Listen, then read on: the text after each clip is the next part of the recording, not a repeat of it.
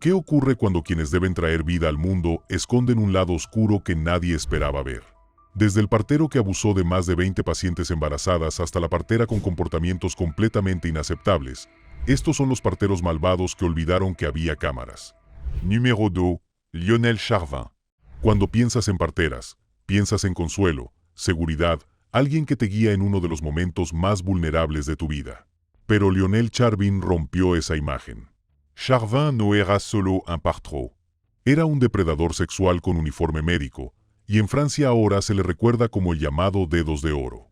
No por salvar vidas, sino por abesar a las mismas mujeres que más confiaban en él. Charvin trabajó en Montpellier, Francia, como partera y especialista en aptonomía, una terapia diseñada para ayudar a los padres a conectar con sus bebés nonatos a través del tacto. Suena bien, ¿verdad? Solo que Charvin transformó esa confianza en una tapadera para algo más oscuro. Entre 2010 y 2016, las mujeres describieron la misma rutina escalofriante. Charvin introducía sus dedos enguantados bajo el pretexto de una terapia pélvica, pero en lugar de breves comprobaciones, realizaba frenéticos movimientos de vaivén, prolongando el contacto hasta que se volvía inequívocamente sellú a él. A veces añadía masajes en los senos y el clítoris. Nada de esto tenía justificación médica. Más tarde admitió ante el tribunal que su objetivo era dar placer a las mujeres. En realidad, azotaba sistemáticamente a sus pacientes, escondiéndose tras una bata blanca y un estetoscopio. Las víctimas hablan. Lo que hace que este caso sea tan perturbador es el daño humano que dejó. No se trataba de quejas anónimas. Eran mujeres reales, ya vulnerables, ya abrumadas por el embarazo o la recuperación posparto. Los siguientes nombres fueron cambiados por los medios franceses para mantener el anonimato de las víctimas. La primera víctima, Alice, tenía 6 meses de embarazo cuando Charvin le realizó lo que creyó que era un control de rutina. En cambio, sufrió una penetración invasiva y prolongada. Salió de la clínica llorando, tan angustiada que su pareja le escribió a Charvin una carta que comenzaba con «Tú, la mujer que amo». Alice sufrió flashbacks, miedo a la intimidad y años de dolorosa disfunción selló a él. Cristelle sufrió múltiples agresiones. Charvin le hizo preguntas inapropiadas sobre su vida sexual, la presionó para que anduviera desnuda y le realizó supuestas sesiones de rehabilitación que traspasaron todos los límites. Le tomó un segundo embarazo, con una matrona diferente, para darse cuenta de lo anormal que había sido su comportamiento. A Victoire, su matrona le preguntó sin rodeos si era clitoriana o vaginal, justo después de ser vilada durante un chequeo. Paralizada por la vergüenza, no habló hasta que vio la noticia del primer juicio de Charvin y se dio cuenta de que no estaba sola. La sorpresa la hizo llamar a su pareja entre lágrimas después de una cita. Las consecuencias fueron duraderas. Los informes psiquiátricos confirmaron que sufrió ansiedad, pensamientos intrusivos e incapacidad para disfrutar del sexo sin ver el rostro de Charvin en su mente. Una víctima, Charlotte, fue agredida el mismo día que dio a luz. Ocultó el trauma hasta años después, cuando una película sobre parteras lo desencadenó todo. Los recuerdos volvieron a la vida con una oleada, junto con síntomas de TEPT tan graves que perdía el control de la vejiga cada vez que el suceso reaparecía. No fueron errores aislados. El patrón era innegable. Mujeres embarazadas, madres primerizas, todas sometidas a los mismos tratos humillantes. Y durante años, Charvin lo descartó como terapia. Las quejas sobre la caída de Charvin comenzaron a llegar poco a poco ya en 2012. Algunos colegas incluso se mostraron escépticos sobre sus métodos, especialmente durante la rehabilitación perineal. Pero él logró eludir la responsabilidad, presentándolo como una terapia alternativa. En un momento dado, incluso firmó un documento en el que se comprometía a realizar sesiones solo en presencia de parejas. Las primeras grietas reales aparecieron cuando las víctimas comenzaron a comparar experiencias, y cuando la denuncia de una mujer finalmente llegó a los tribunales, se desencadenó un efecto dominó. Para cuando se inició su primer juicio en febrero de 2021, la atención mediática era tan intensa que más mujeres se presentaron en cuestión de semanas.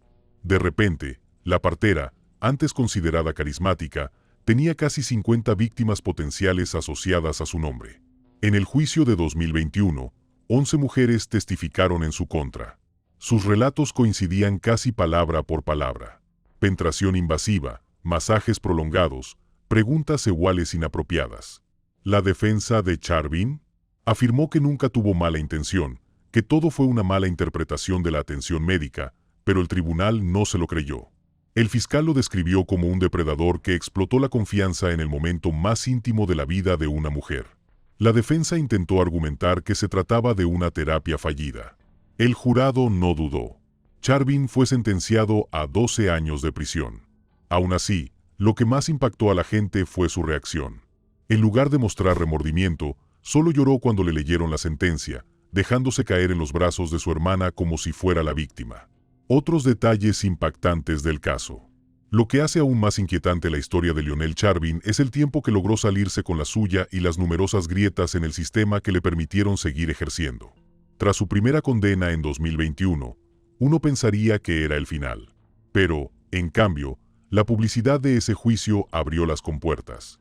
Más mujeres, envalentonadas al ver a otras alzar la voz, presentaron historias que habían permanecido reprimidas durante años.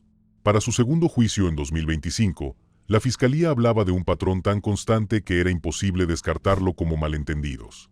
Un detalle impactante que impactó al jurado fue la forma en que manipulaba el lenguaje médico. Chauvin se defendió diciendo que lo que hacía eran gestos médicos, exámenes clínicos para comprobar la salud de un paciente. Pero todas las mujeres describieron lo mismo.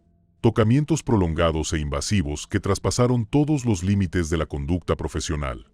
Jueces y fiscales insistieron en que los actos médicos reales requieren explicación, consentimiento y un propósito claro. Él no les dio nada de eso.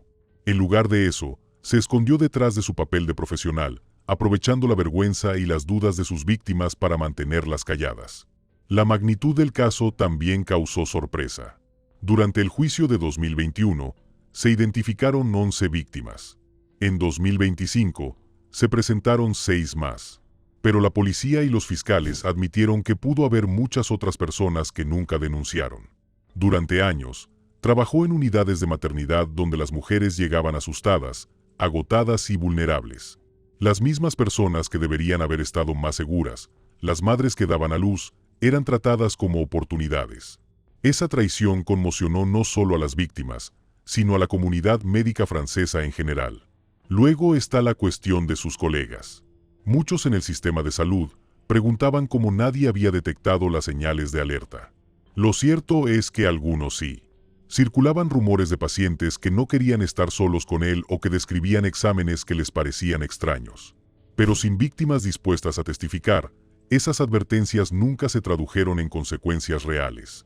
Solo cuando la ola del yo también llegó a los hospitales franceses, las mujeres se sintieron lo suficientemente seguras como para expresar sus experiencias con palabras. Y quizás el detalle más siniestro es que varias víctimas testificaron que el trauma no terminó después de la agresión. Años después, dijeron que todavía no podían tener relaciones normales, tenían dificultades con la intimidad o incluso evitaban futuros embarazos por miedo a necesitar nuevamente una partera. Para ellos, las acciones de Chauvin reescribieron sus vidas de una manera que una sentencia de prisión no puede borrar. Los psicólogos que examinaron a Lionel Chauvin describieron a un hombre que podía parecer tranquilo, inteligente y profesional, pero cuyo mundo interior estaba lleno de distorsión y autoengaño. A menudo minimizaba su comportamiento, insistiendo en que actuaba en beneficio de sus pacientes, incluso cuando dichas acciones eran claramente de naturaleza seiyuu a él. Presentaba rasgos de trastorno narcisista de la personalidad, donde su propia necesidad de gratificación se disfrazaba de ayuda. También presentaba un fuerte componente de distorsión cognitiva. Se convenció de que sus pacientes podrían beneficiarse del contacto, en lugar de verlo como una explotación. No sería sorprendente que le diagnosticaran trastornos parafílicos, donde la excitación se vincula a un comportamiento inapropiado o no consensuado. Si bien mostró algunos signos de culpa, estos fueron inconsistentes, ya que seguía justificando sus acciones. Juicio 2. Se abrieron las compuertas. Si Chauvin pensó que 12 años enterrarían sus crímenes, se equivocó. La cobertura mediática encendió la mecha. En 6 meses, más mujeres denunciaron sus casos, y la vergüenza dio paso a la furia. La policía de Montpellier registraba nuevas denuncias casi semanalmente. Para 2025, regresó a los tribunales. Esta vez, 6 mujeres más testificaron, y sus historias fueron igual de desgarradoras. Una víctima contó que él deslizó la mano bajo su bata mientras aún estaba bajo los efectos de la epidural. Otra describió cómo convirtió una sesión de rehabilitación posparto en una agresión humillante, diciéndole que tenía una sensibilidad especial mientras la penetraba. En el tribunal, los psicólogos describieron las consecuencias: trastorno de estrés postraumático, recuerdos intrusivos, matrimonios desmoronados y mujeres privadas de su capacidad de disfrutar de la intimidad. Lo más escalofriante es que Chauvin estuvo haciendo esto durante años sin que lo atraparan. Su número de víctimas podría ascender a cientos, pero solo 20 de ellas se presentaron. El segundo veredicto fue más severo: 14 años más tras las rejas. Sumado a su sentencia anterior, Chauvin ahora enfrenta lo que podría ser su vida entera en prisión. Pero no está solo. Al otro lado del canal, en Inglaterra, otra partera acaparaba titulares por razones completamente equivocadas. Esta vez no se trataba de un caso de violación en serie, sino de una agresión durante un procedimiento destinado a traer vida al mundo. Número 1. Jennifer Gaisford. Cuando el nombre Jennifer Gaisford apareció en los documentos judiciales en 2023, no parecía el perfil de una criminal. Tenía 52 años y era una matrona con una larga y aparentemente impecable trayectoria en el NHS. Estaba colegiada desde 1996. Durante casi 3 décadas, su reputación fue justo lo que se esperaba de una matrona. Firme, compasiva, alguien que guió a mujeres en uno de los capítulos más vulnerables y dolorosos de sus vidas. Sus colegas, cuando posteriormente se les pidió que proporcionaran referencias, pintaron un panorama elogioso. Eso es lo que hizo que las acusaciones fueran tan impactantes. El incidente que destruyó su carrera comenzó en septiembre de 2021, en un hospital de Chippenham, Wiltshire. La paciente se encontraba en avanzado estado de gestación y tenía programada una desobstrucción de membranas, un procedimiento clínico que suele utilizarse para inducir el parto. Es un proceso delicado, que se realiza con consentimiento y suele manejarse con sumo cuidado, dada la exposición y vulnerabilidad de las mujeres en ese momento. Pero esta mujer no estaba siendo atendida por su partera habitual. Ese día, estaba bajo el cuidado de Jennifer Gaisford, una desconocida para ella. Inquieta por ser examinada por alguien desconocido, confiaba en que el procedimiento seguiría siendo clínico y respetuoso. En cambio, lo sucedido la dejó con una sensación de violación y conmoción. Según el testimonio de la mujer, el contacto de Gaisford no se asemejó a un breve barrido dirigido. Se convirtió, en cambio, en una estimulación prolongada, algo que traspasó la frontera entre la necesidad médica y el contacto inapropiado. La mujer declaró posteriormente a los investigadores que lo sintió menos como un procedimiento médico y más como una agresión, y la fiscalía repitió esa afirmación, calificándolo de agresión prolongada dirigida a una mujer vulnerable. Lo que empeoró la situación fueron los antecedentes de la mujer. Ya había pasado por dificultades en un embarazo anterior y acudió a esta cita con una ansiedad extrema. Esa historia debería haberle dado mayor sensibilidad a su atención. En cambio, agravó el daño. Lo que debería haber sido una intervención clínica se convirtió en una experiencia que la dejó confundida, avergonzada y profundamente perturbada. Cuando el caso se llevó a juicio en 2023, los cargos eran contundentes: agresión y agresión con golpes. Para el paciente, la distinción no importaba mucho. Ambos capturaron el hecho de que ella se sintió violada físicamente. Pero legalmente, la diferencia radicaba en si se demostraba que las acciones de Gaisford tenían una motivación sexual. En su defensa, Gaisford lo negó todo. Insistió en que no había actuado con mala intención y afirmó que estaba siguiendo técnicas que había leído durante la investigación. Su intento fue presentar lo sucedido como un error, pero con un enfoque clínico. En el tribunal, insistió en esta explicación, afirmando que creía que sus acciones podían justificarse como parte de la redada. Pero el jurado no quedó convencido. El testimonio del paciente fue demasiado contundente, demasiado consistente, y la explicación de Gaisford estuvo plagada de contradicciones. El juez James Townsend la resumió posteriormente sin rodeos. El testimonio que presentó en el estrado de testigos no es cierto.